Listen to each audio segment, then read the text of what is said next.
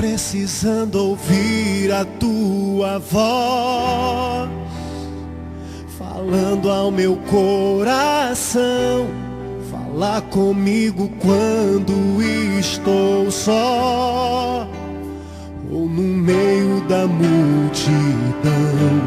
Tô precisando ouvir a tua voz, falando ao meu coração. Fala comigo quando estou só, ou no meio da multidão. Preciso te ouvir pra tomar uma decisão. Não quero agir sem a tua direção. Fala comigo na tua palavra, fala comigo através do louvor, fala comigo de madrugada, me mostra em sonhos se preciso for. No livro de Gênesis, primeiro livro da Bíblia, assentado como você está, primeiro livro de Gênesis, capítulo 21, versículo 14. Já ouvimos falar sobre uma situação e hoje nós vamos falar sobre outra situação que vai se encaixar certinho com o que nós estamos cultuando nessa noite. Capítulo 21, versículo 14 de Gênesis, que diz assim: Então se levantou Abraão pela manhã, de madrugada, e tomou pão e um odre de água, e os deu a Agar, pondo-os sobre o seu ombro, também lhe deu o menino, e despediu-a, e ela foi-se andando errante no deserto de Berseba. Pastor, hoje é culto dos irmãos, culto do círculo de oração dos irmãos, e o senhor vai pregar sobre Agar. O senhor vai pregar sobre Agar. Não, irmãos, eu só vou tomar um exemplo de Agar. A mensagem que Deus colocou no meu coração hoje, ela tem o título: Algumas lições na vida de Ismael e Agar. Algumas lições. Quem sabe nessas lições aí você pode se identificar com algumas delas. Quando eu vejo Agar vivendo dentro da casa de Abraão e Sara, nós vemos que Agar não pediu para estar na casa de Sara. Agar veio para a casa de Sara, porque Abraão desceu ao Egito. Abraão, quando viu a terra que estava em crise, ele não soube esperar no Senhor. Ele decidiu na sua própria mente, na sua própria razão. E é tão ruim quando nós não sabemos esperar no Senhor. Nós tomamos decisões precipitadas, agimos precipitadamente, e quando vemos lá na frente, muitas das vezes sequelas dessas decisões, nós iremos carregar por esta vida. Marcas da nossa vida que nós temos hoje, que não precisaríamos ter, mas nós temos porque tomamos algumas atitudes e decisões, usando o desejo da carne, usando o nosso coração que é enganoso. Abraão desceu para o Egito e saiu do Egito com um presente lindo que Faraó deu para ser serva de Sara, um presente chamado Agar. E ela veio como uma empregadinha doméstica, e Abraão, com promessa de ter filhos, Abraão, que tinha o nome de Abrão, próximo culto de ensino lá em Macai, Os irmãos estão convidados, estaremos abordando esse assunto. Até nós postamos a propaganda do culto, mas depois nós tivemos que cancelar, porque a maioria dos irmãos viajaram, não deu para nós ir lá então. Mas o tema lá é o antes e o depois. Abrão e Sarai. O primeiro nome de Abraão era Abrão. Abrão significa pai exaltado. Imagina um camarada chegar na cidade de Biruína hoje, ser recepcionado pelo povo. E aí, como é que é o teu nome? Meu nome é pai exaltado, pai orgulhoso, pai grande. Beleza, quantos filhos você tem? Eu não posso ter filho. Como é que você é um pai exaltado, pai orgulhoso, se você não tem filhos? E o interessante é que Abraão só pôde ter filhos depois que a promessa se cumpriu. Mas eu não vou entrar nesse assunto. Eu vou falar disso lá em Macaé. Estão convidados. Próximo culto de ensino em Macaé. Eu quero falar sobre Agar. Agar foi usada pelo Abraão e pela Sara para ter um filho, mas ela não era para ter filho, sabe? O filho era para ser com Sara. Deus prometeu para Abraão que de ti serão benditas todas as nações da terra. E quando Deus está falando de ti, Abraão e Sara eram uma só carne, não Abraão e Agar. Nasceu aquela criança, começou a dar problema dentro da casa de Abraão. Agora Abraão vê, Sara começa a ter ciúme de Abraão com Agar, e a Sara começa a tribular Abraão, até que Abraão dispensa Agar e manda embora. E é aí que nós entramos, é aí que entra o versículo 14. Abraão, como homem da fé, sabia de onde era Agar. Agar era do Egito. Abraão prepara, se fosse hoje, a tapué, lanchinho, caixinha térmica, com pão e um odre de água, coloca Ismael no ombro de Agar, tipo assim, esse problema não é meu, é teu, e dispensa Agar. O nome Agar significa fugitivo, ou imigração, ou fuga. Agora Agar sai com um odre de água, se fosse hoje um pacote de pão, mas a comida dava até chegar na sua casa, na sua terra natal, que era o Egito. Mas o interessante foi que Agar saiu errante pelo deserto de Berseba. E é tão interessante que eu marquei alguma coisa aqui sobre o deserto. E a gente, muitas das vezes, quando sai errante, ainda mais quando estamos no deserto, o crente vive no deserto, mas ele não está errante. Agora, quando nós estamos fora dos caminhos do Senhor, nós vimos o testemunho aqui, e ainda no deserto, e ainda andando errante, as coisas acabam. Não acabar, perdemos tudo. Agar saiu.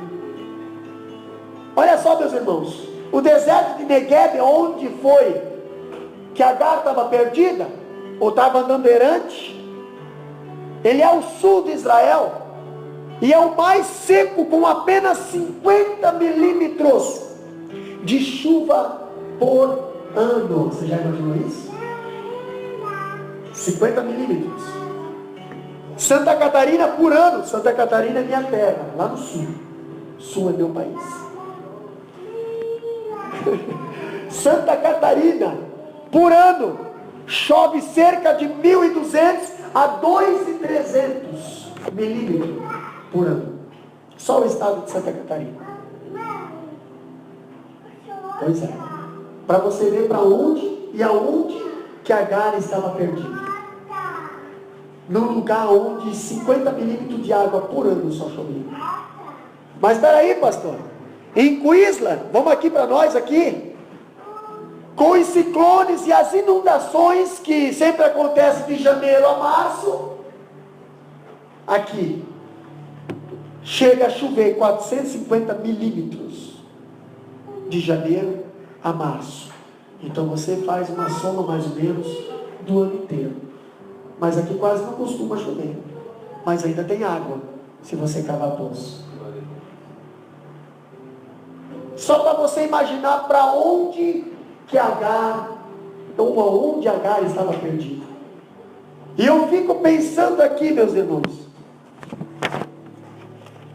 algumas das lições na vida de Agar e Ismael. E a primeira lição é que existe um momento em nossas vidas em que andamos errante pelo deserto. Andamos errante pelo deserto. Nós temos exemplos de Davi. Davi, quando estava lá no pasto, cuidando das ovelhas do seu pai, pasto, tem grama, com certeza está verde. Se está verde, tem água perto. Davi estava bem. Mas Davi foi achado lá e foi levado para o palácio. Assim como você foi achado e foi levado para o palácio. E muitas das vezes, quando Deus te usa no palácio, as pessoas que estão usadas pelo inimigo não gostam de ver você sendo usado por Deus. Não gostam, assim como Saul não gostou de ver Davi sendo usado por Deus. Em 1 Samuel capítulo 23 e 14, nós vemos Davi fugindo do palácio para o deserto. Por causa do quê? Porque Saul estava procurando matar ele. Quem ajudou a fuga? Seu próprio filho, Jonathan. Existem momentos que nós passamos por desertos, sim, mas existem desertos na nossa vida que é uma lapidação. Imagina se o irmão Luiz não tivesse passado por esse deserto. Imagina se o irmão Luiz não tivesse reconhecido que nem todas as companhias são boa companhia. Nem todos os amigos são verdadeiros amigos. Muitas das vezes eu aconselho, é melhor você ficar sozinho. Nós temos exemplos aqui nas nossas cidades de pessoas que saíram da igreja, de pessoas que foram embora, de pessoas que muitas das vezes querem tomar decisões ainda até da firma, por causa de más companhia. Pessoas que colocam besteira na tua cabeça. Quando eu vejo a vida de Moisés, vivia dentro do palácio também, mas Deus falou: ei Moisés, você tem que ir para o deserto. E Moisés, como gostou de viver dentro do palácio do faraó, acabou gostando das coisas de faraó, acabou até rejeitando sua família, que eram os israelitas, que eram os escravos do Egito. O que acontece quando a gente gosta do palácio do faraó? A gente começa a machucar os irmãos e a gente começa a agir com as nossas próprias razões. Moisés não fez diferente. Moisés matou o egípcio. E o deserto começou quando ele matou o Egito. Lá o egípcio, ele teve que fugir para o deserto. E lá no deserto Deus trabalhou na vida de Moisés. Caiu na casa do sacerdote. Oxalá que você não vai cair na casa de qualquer um, não. Que você caia na casa de uma pessoa temente a Deus. Está com problema, vá na casa de quem é de oração. Muitas das vezes você vai ouvir um conselho que você não quer ouvir, mas você necessita ouvir. É verdade. Quando você cai na casa de uma pessoa que não é de oração, geralmente essa pessoa vai dizer assim, ó, eu acho que você fazer assim, eu acho. Quando a pessoa fala eu acho, é porque nem para ela esse conselho serve. Agora, quando você cai na casa de uma pessoa de oração, essa pessoa pode ter certeza, ela vai te falar a Bíblia. Glória a Deus. Aí se quiser fugir, fuja. Mas se quiser ouvir, você vai ter água para vocês matar a tua sede. Moisés caiu na casa do sacerdote, Midian, Jetro. E o sacerdote começou a botar ele a trabalhar no deserto, cuidar de ovelhas. Até que um dia, lá no deserto, lugar onde todo mundo gosta de fugir. Eu não quero ir para o deserto. É muito bom cantar, né, irmã Karina? Com um CD gravado, com um nome famoso, lá em Santa Catarina, São Paulo, Rio de Janeiro. Agora, lá em Bimbira, em Tomacai, lá em Aroqueto, credo, os hinos da água lá são tocados com uma gaita, cruzes. Eu quero cantar onde está cheio de músicos. Irmãos, eu venho de uma igreja onde só a banda musical tinha mais de 70 componentes. Eu venho de uma igreja onde o conjunto, que está crescendo o nosso conjunto, hoje Deus já revelou mais um músico. Eu venho de uma igreja que só o conjunto tem 18 componentes com vocal e tudo. Eu venho de uma igreja onde tu olha para trás, está cheio de obreiros, formados teólogos. Mas essa semana acabaram de mandar o pastor embora. Essa semana acabaram de fazer o pastor ir embora, sem despedida. Pastor que faz quantos meses que deu consagração ao presbitério? Acho que não dá nem 2 meses que o pastor consagrou mais de 20, 30 presbíteros. Pastor que foi o meu pastor. O pastor que me ensinou desde criancinha ministerial. E eu tenho ele como exemplo. Mas o povo perdeu para o lado do Egito.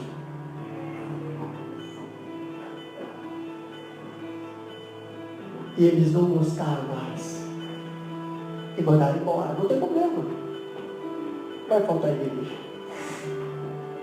Mas eu acho interessante, meus irmãos, que Moisés precisou passar por esse deserto. Moisés precisou passar porque Deus estava trabalhando lá no deserto. Estava trabalhando o quê?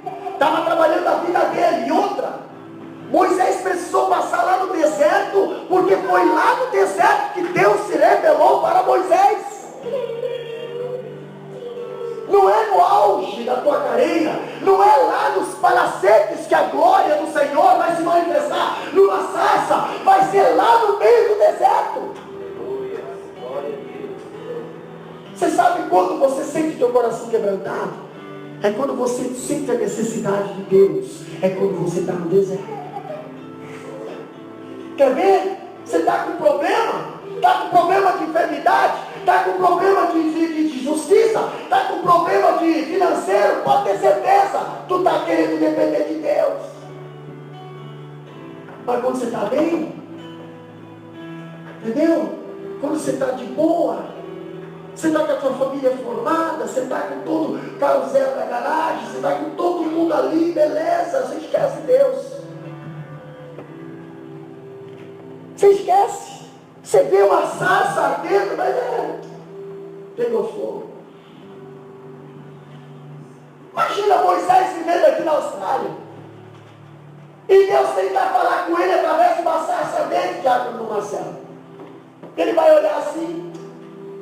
É mais um foco de incêndio. Entendeu? Por quê? Porque não tem sensibilidade com as coisas espirituais. Agora, quando você tem sensibilidade com as coisas espirituais, qualquer coisa para ti é uma mensagem. Qualquer louvor para ti já está falando contigo. Qualquer amém, qualquer glória a Deus, esse aí foi para mim, meu Deus. Você não olha quem está aqui na frente. Você olha para isso aqui, ó. Você olha para isso aqui, ó. Quando nós olhamos para isso aqui, ó, você esquece que está aqui na frente. O erro de português cai por terra. A falta de ética cai por terra. O ridículo cai por terra. Por quê? Porque Deus chama os loucos para confundir os sábios. Aqui não tem nenhum sábio não, aqui é um bando de louco. Está na Bíblia. O apóstolo Paulo diz, Deus chama os loucos para confundir os sábios. Deus levanta o que não vale nada para confundir aquele que pensa que vale. Aí quando eu vejo agora Moisés lá no deserto, mas era necessário Moisés ir para o deserto. Por quê? Porque Deus estava lá numa sarça ardente, atraindo Moisés para falar com ele. Moisés, tira a sandália dos teus pés, que o lugar que está aqui é terra santa. Olha só, meu irmão, que contraste que dá aí. Quando a gente fala assim, eu quero ir para a terra santa, terra santa, terra santa. Oxalá nós está na terra santa e Deus te leva para a terra santa. E quando Deus fala para você, tira a sandália dos teus pés, porque o lugar que está aqui é terra santa, você abre o olho e olha. Se isso aqui é santo, imagina o que não deve ser a coisa processa então. Deserto é terra santa para o cristão, sim. Todo grande homem de Deus, a preparação é no deserto. O apóstolo Paulo ficou 2 anos na África, sendo preparado no deserto. O próprio Jesus, que não tinha pecado, não precisava de preparação, era o homem enviado do céu. Deus permitiu que o Espírito Santo, irmã Gabriela, levasse ele ao deserto. Tem deserto que acontece para nos salvar, tem deserto que acontece depois que nos salva. O deserto de Jesus foi no meio do ministério dele. Vivemos todo dia um deserto e às vezes nós não entendemos por quê, pastor. Por que isso? Por que essa doença? Por que esse espinho na carne? Porque se você fosse são, você estaria lá fora. A minha graça te basta. Eu só não apóstolo Paulo. O meu poder se aperfeiçoa na tua fraqueza. O meu poder se aperfeiçoa no teu deserto. Assim eu te mantenho dependente de mim. Outra pessoa. Paulo passou pelo deserto, Jesus passou pelo deserto, mas a segunda coisa que eu quero compartilhar com os irmãos, a segunda experiência, é que existe um momento em que se acaba toda a água no nosso vaso. Agar saiu andando errante rumo ao Egito, mas o problema foi que, assim como aconteceu com aquele avião da Chapecoense, ela gastou muito combustível andando errante no deserto. E morreu ali. Agar também, se ela tivesse saído, indo direto para o deserto, indo direto para o Egito. Mas não, a situação ali foi tão grande. Primeiro, ela foi expulsa de casa. O Abraão mandou ele embora. Ela embora.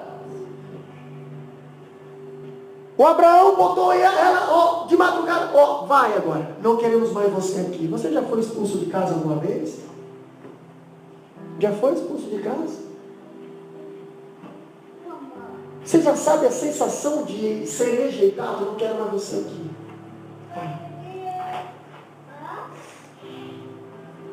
Imagina agora Agar com uma criança saindo, sem nada, sem nenhum sofá, sem nenhuma geladeira, entendeu? Porque hoje a separação, a mulher ganha tudo. A mulher bobear fica com 80% dos bens, dependendo qual é o caso, o motivo. Se não provar o adultério. Agar saiu sem nada, porque naquela época a mulher não tinha direito de nada. Ainda mais uma serva. Serva é escrava. Lá vai Agar andando errante pelo deserto de Berseba. E daqui a pouco começou a acabar o pão. Daqui a pouco acabou a água. E na nossa vida, muitas das vezes, andando, no desespero da situação, das circunstâncias, a nossa água acaba. Acaba a nossa água. E nós vemos experiências da Bíblia que o próprio Jó chegou ao ponto de ter acabado tudo na vida dele. Jó no capítulo 2, versículo 8 diz: Jó assentou-se no meio das cinzas com um pedaço de telha. Nem era mais uma barriga de água, era um pedaço de telha. Não ia falar do corpo, porque o corpo já estava cheio de lepra, podre, fedido. O homem que andava sempre cheiroso, agora está lá fedido, cheio de lepra. E um caco de telha só como posse dos seus bens. Quem sabe até ele guardou aquele caco de telha para dizer assim: aqui está a prova que eu tinha uma casa. Talvez você tenha hoje um caco de telha. Talvez Deus permitiu que você ficasse com um caco de telha do teu passado, para dizer: olha, eu tinha isso. Eu tinha isso. Olha aqui a foto, presbítero Fábio. Quantas casas eu tinha. Olha aqui a foto, irmão Marcos, do carro que eu tinha. Olha aqui a foto, irmã Karina, da família que eu tinha. Estava tudo na igreja. Está aqui a prova. Está aqui o caco de telha de Jó. Está aqui a prova. Sabe por que isso está na Bíblia? Sabe por que Deus mandou escrever ali, ó? Jó tinha um caco de telha, só sobrou um caco de telha, para provar que Jó tinha uma posse. Jó tinha uma casa. E se tinha casa, tinha um lar, tinha uma família, mas só sobrou um caco de telha.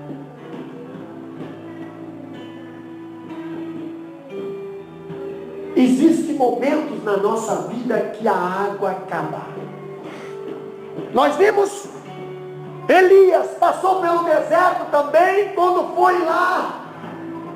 A Jezabel falou para Acabe: eu vou matar esse profetinha que só gosta de ficar dando de dedo aqui, falando a verdade, que papapá, eu vou matar. Fala para ele que vai morrer. Quantas vezes já decretaram morte nas nossas vidas? Quantas vezes você ouve palavras de morte? Quantas vezes você se enfia dentro de uma caverna porque alguém disse assim: você vai morrer? Você está falando demais. Você está falando demais. Você está falando muita verdade. Elias passou por esse deserto, presbítero Donaí. Elias não aguentou, porque na carne não dá para aguentar. Tem hora que tem que se jogar no chão, a carne não aguenta. Aí você foge e se toca dentro de uma caverna como Elias se tocou. Mas lá na caverna não tem pão, não tem água.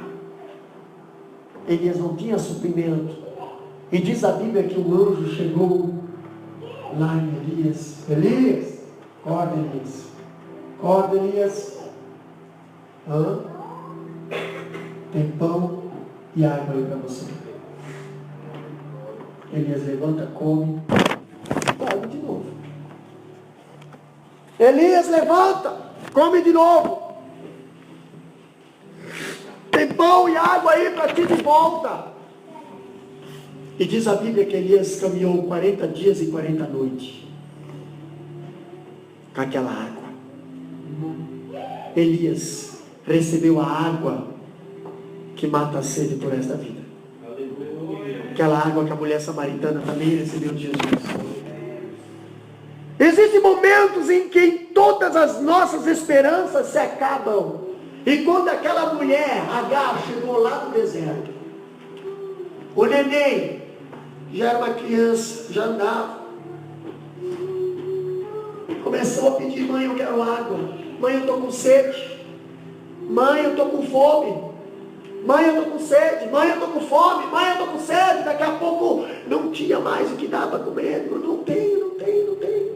Dorme que passa. Chegou nessa situação? Eu creio que talvez, acho que aqui não pode até que ser. E você tem que falar assim para o teu filho: filho, dorme que a fome vai passar. Nós já conhecemos muitos missionários que estão na obra do Senhor, que colocavam seus filhos a dormir para eles não pedir comida. Graças a Deus que os nossos missionários têm povo que está mantendo ele, estão botando pão na sua mesa. Mas tem muitos missionários que passam fome.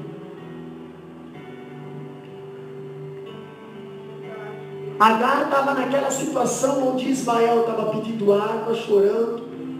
O que Agar faz? Agar pega seu Ismael, que não tinha nada a ver com o problema dela, coloca o Ismael ao tiro de um arco. E diz a Bíblia que Agar vem e senta a uma distância que não conseguia ouvir o choro de Ismael. Você já chegou numa situação em que você não quer mais ouvir o choro do teu problema? Existe, meus irmãos, momentos, todas as nossas esperanças acabam. E quando Agar pegou aquela criança e botou lá, e sentou aqui, tipo assim, eu vou sentar aqui só para ver essa criança morrer, mas eu não vou ouvir mais nada. Foi o momento da vida de Agar onde ela perdeu todas as esperanças. O pão acabou. A água acabou.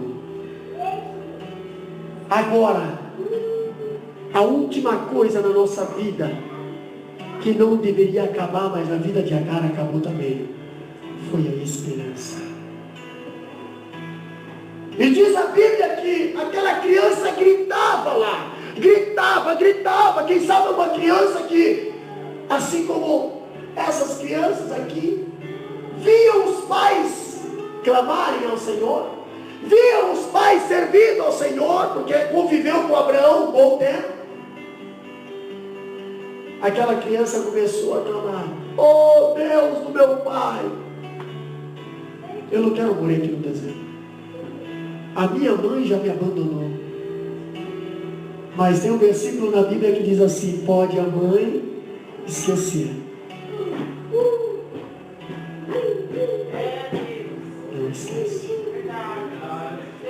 E o interessante é que Deus manda um anjo lá em Agar. Deus ouviu o choro. O meu não, que a esperança já acabou. Deus ouviu o choro da criança. Deus não atende choro de pessoas que não têm mais esperança. Deus atende choro de quem tem esperança. E quando eu vejo que a esperança de Agar acabou, eu vejo que Israel foi pregado semana passada aqui pelo presbítero irmão Fábio. Israel era uma nação que já tinha perdido a esperança. Quando Ezequiel, capítulo 37, o profeta Ezequiel vai lá, Deus manda para Ezequiel, vai lá e caminha no meio desse vale de ossos secos. Olha para esses ossos sequíssimos. Quem são esses ossos? Meu Deus, esses ossos é o povo de Israel, que está disperso, cativo na Babilônia, cativo na Síria, cativo em todos os lugares. E aí Deus pergunta para o profeta Ezequiel: poderão viver esses ossos? Poderá voltar Israel a ser nação? E o profeta Ezequiel fala: Deus, tu sabe, porque eu não sei, mas tu deve saber. Então profetiza. E o profeta Ezequiel começou a profetizar: ossos, se ajunte, nervos, tendões, pele, espírito. Aleluia. E quando Ezequiel parou de profetizar, ele ouviu naquela visão, um grande exército marchando atrás dele, e era o exército de Israel, de pé, marchando atrás dele. E essa profecia se cumpriu, porque Israel voltou a ser nação em 1964, através de um voto Minerva de Oswaldo Aranha, um brasileiro. Mas as esperanças de Israel tinham acabado. A esperança de Moisés também tinha acabado. Quando Moisés separa 12 espias para ir espiar a terra prometida, e esses 12 espias voltam, e 10 voltam falando mal da terra, dizendo: olha só, Moisés, povo, tem gigante, não vai dar para nós entrar não. E Deus já tinha falado para Moisés: a terra é de vocês, só precisa entrar.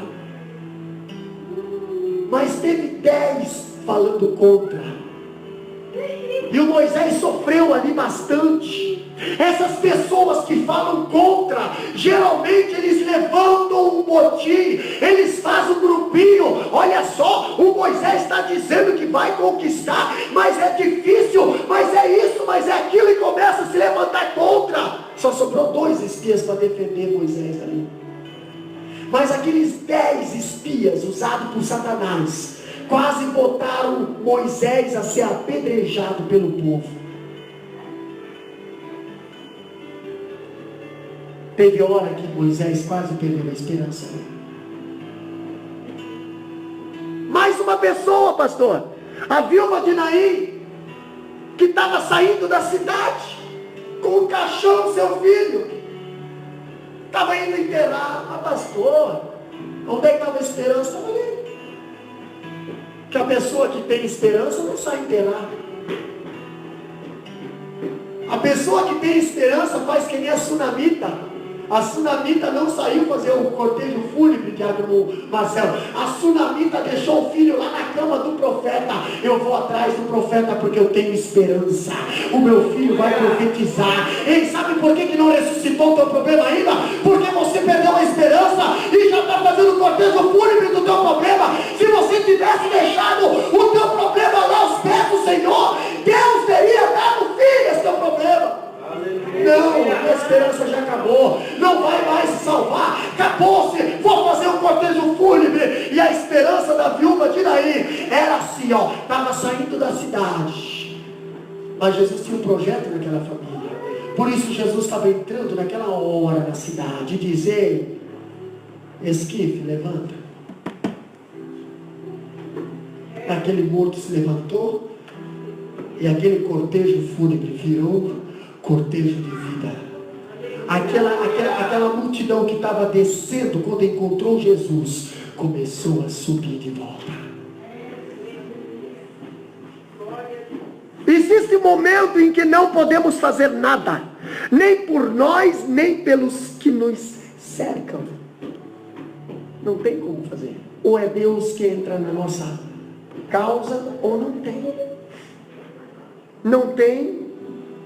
Não tem visto, não engravida, papelada não dá, não adianta sair do país, ficar 2, 3 dias fora, acabou-se todos os recursos, acabou o dinheiro, acabou tudo, sem contar as perseguições.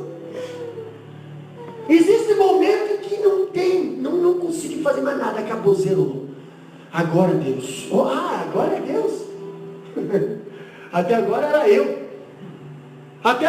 eu. Mas não, agora é só Deus. E tem gente que fala, é só Deus na causa. Mas eu ouvia muito isso aí, só Deus na causa. Mas se a causa que não era Deus, era nós. Tem coisa que se nós fazer as coisas certas, Deus entra com providência, rapidão. Entendeu? Rapidão. Olha só, meus irmãos, sabe o que quando não está mais no nosso alcance fazer alguma coisa, Noé, Deus mandou construir uma arca. Deus fala: Noé, constrói a arca e sai pregando.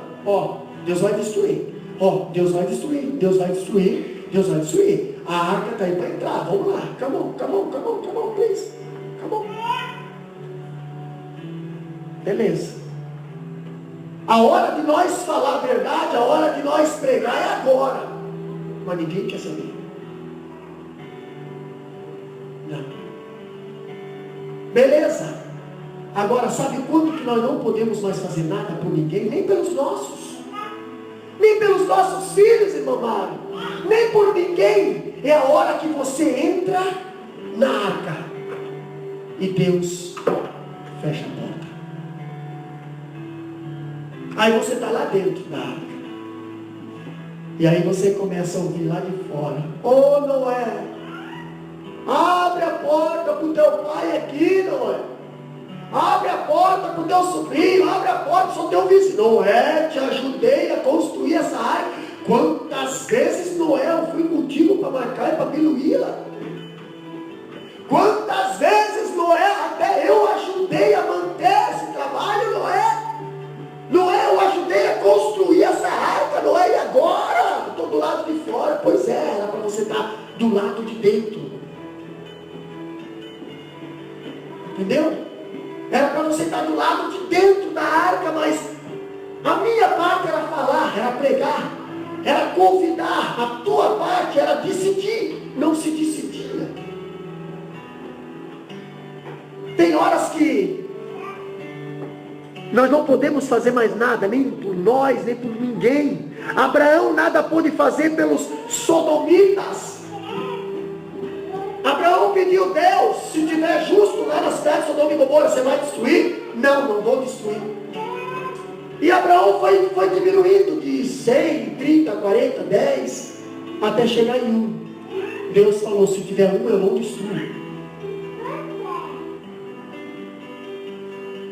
E agora, Deus manda anjos lá, tira Ló e a família, e ainda a esposa olha para trás e fica convertida numa estátua de sal.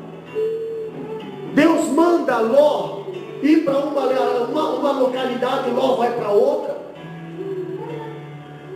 Ló não confia em Deus e acaba se bebedando e tendo relações com as próprias filhas. Se tivesse um justo na cidade, Deus não ia destruir. Mas não tinha ninguém lá. Por isso que Deus destruiu. Tem coisas que não tem como nós cuidar. Existe momento em nossa vida em que a única coisa que sabemos e podemos fazer é levantar a voz e chorar. Foi o que o menino fez. Foi o que o Ismael fez. Por quê? Porque Agar já não tinha mais esperança. Estavam os dois no deserto, sem água e mantimento. Mas um ainda sabia clamar. Um ainda sabia que tinha uma solução. Quando a Bíblia vê alguém clamando, nós vemos alguns exemplos na Bíblia de pessoas que clamaram. Davi foi um que clamou. Ana clamou a Deus e Deus deu um filho para ela. Ana clamou a Deus, até o sacerdote Eli não entendia a amargura do coração da Ana, pensava que era festa, pensava que era bebedeira. Por quê? Porque era tempo de festa. Lá fora do templo, era festas e festas e festas. E todas as pessoas que se embriagavam lá vinham tentar se curar nos assentos da igreja. E era rotina isso. Ontem nós falamos a situação que estava no templo naquela época. Os filhos de Eli, eles se prostituíam dentro do templo. Então imagina, quando o Eli olhou para uma mulher, toda lá falando sozinha, está embriagada. Está embriagada, já foi lá chamar a atenção da mulher, você está embriagada, mulher. Quando ela olhou, os olhos cheios de lágrimas, não estou não. Meu coração está amargurado. Porque estava acontecendo isso. O templo estava com esse problema. Quando nós vimos também, Samuel nada pôde fazer por Saul. Saul chegou a rasgar as vestes de Samuel. Por quê? Porque Samuel falou assim, ao passar do teu reino, tua geração não vai mais subir ao trono.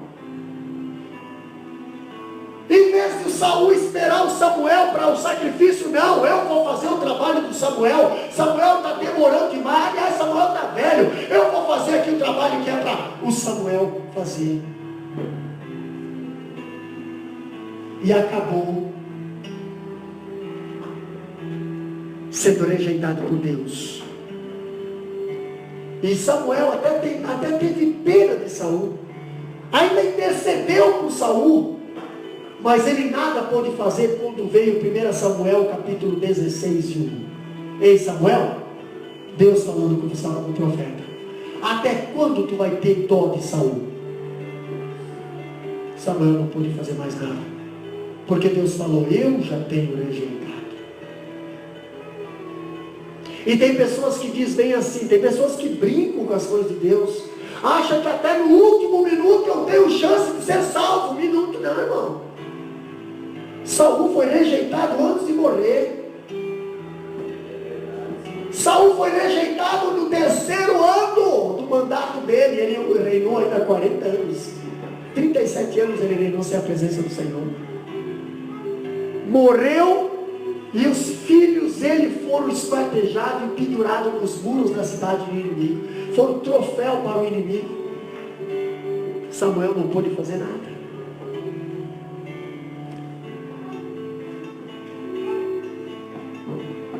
Naquele momento de desespero, Agar ouve a voz do anjo e ela acata uma recomendação do anjo.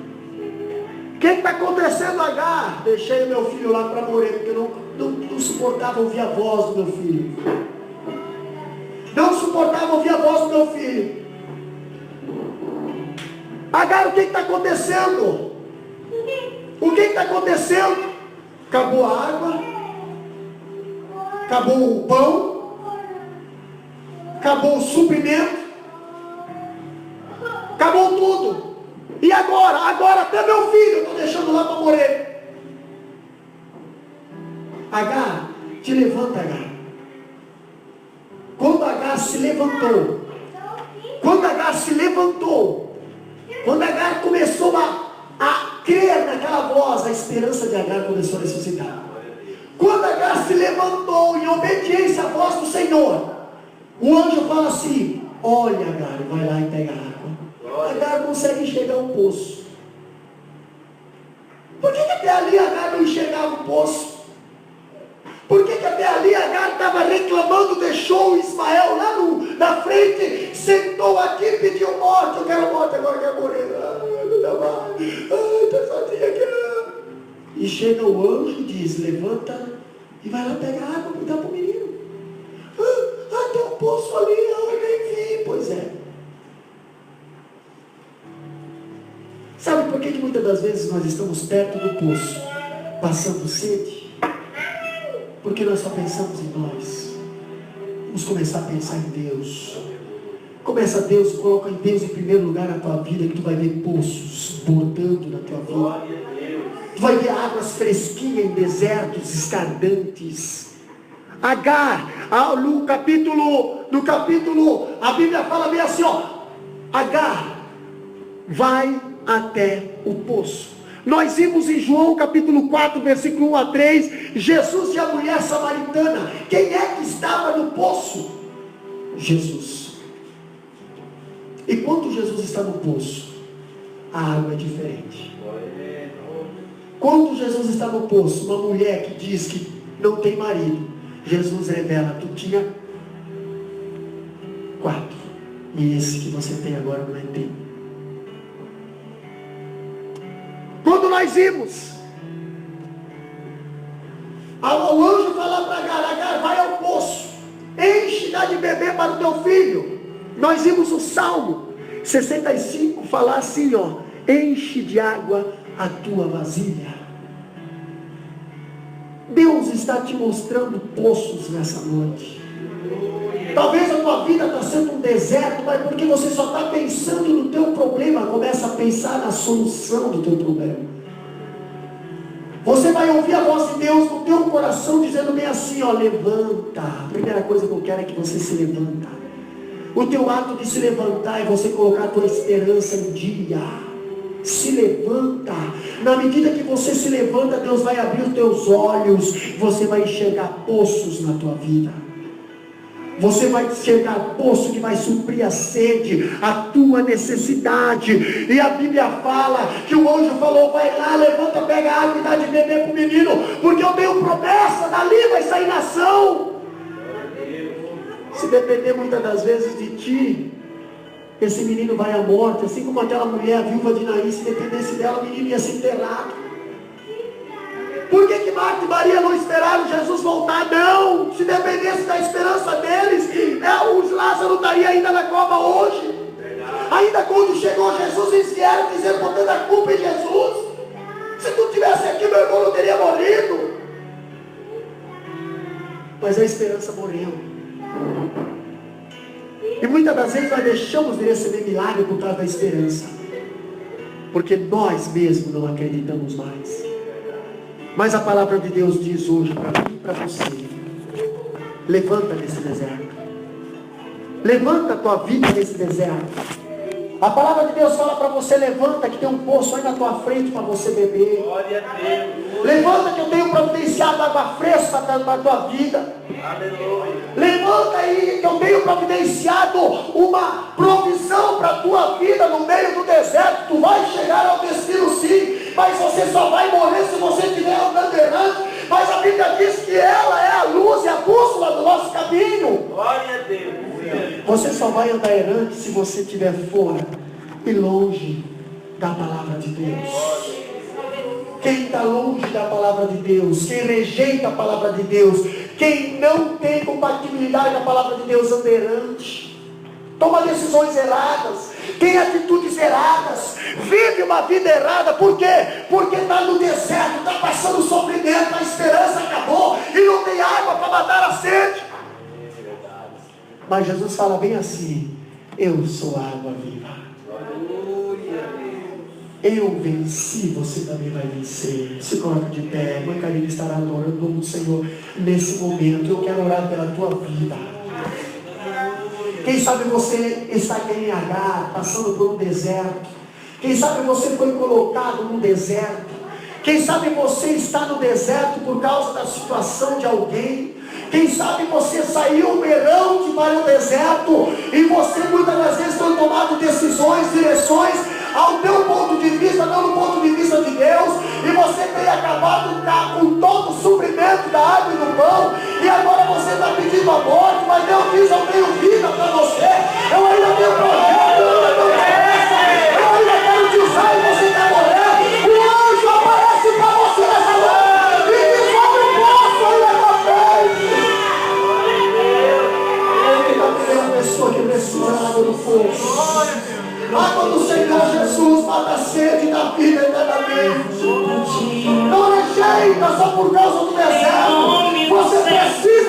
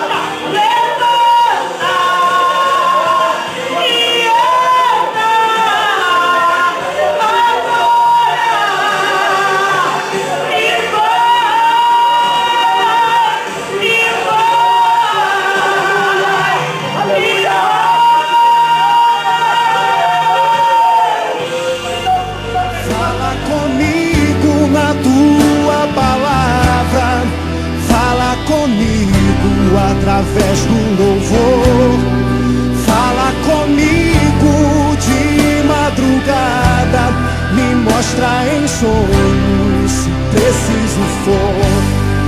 Fala comigo na tua palavra, fala comigo através do louvor.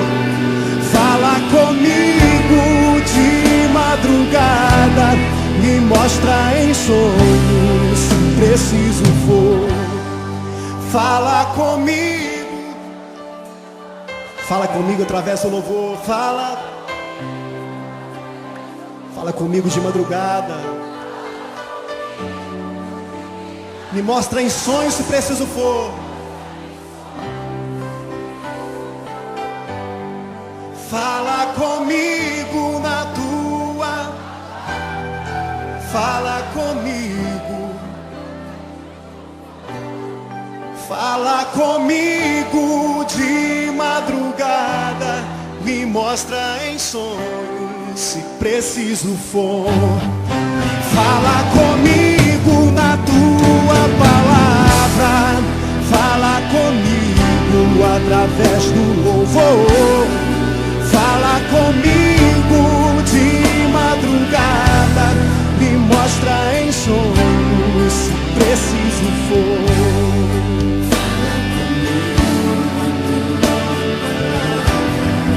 Fala comigo através do louvor.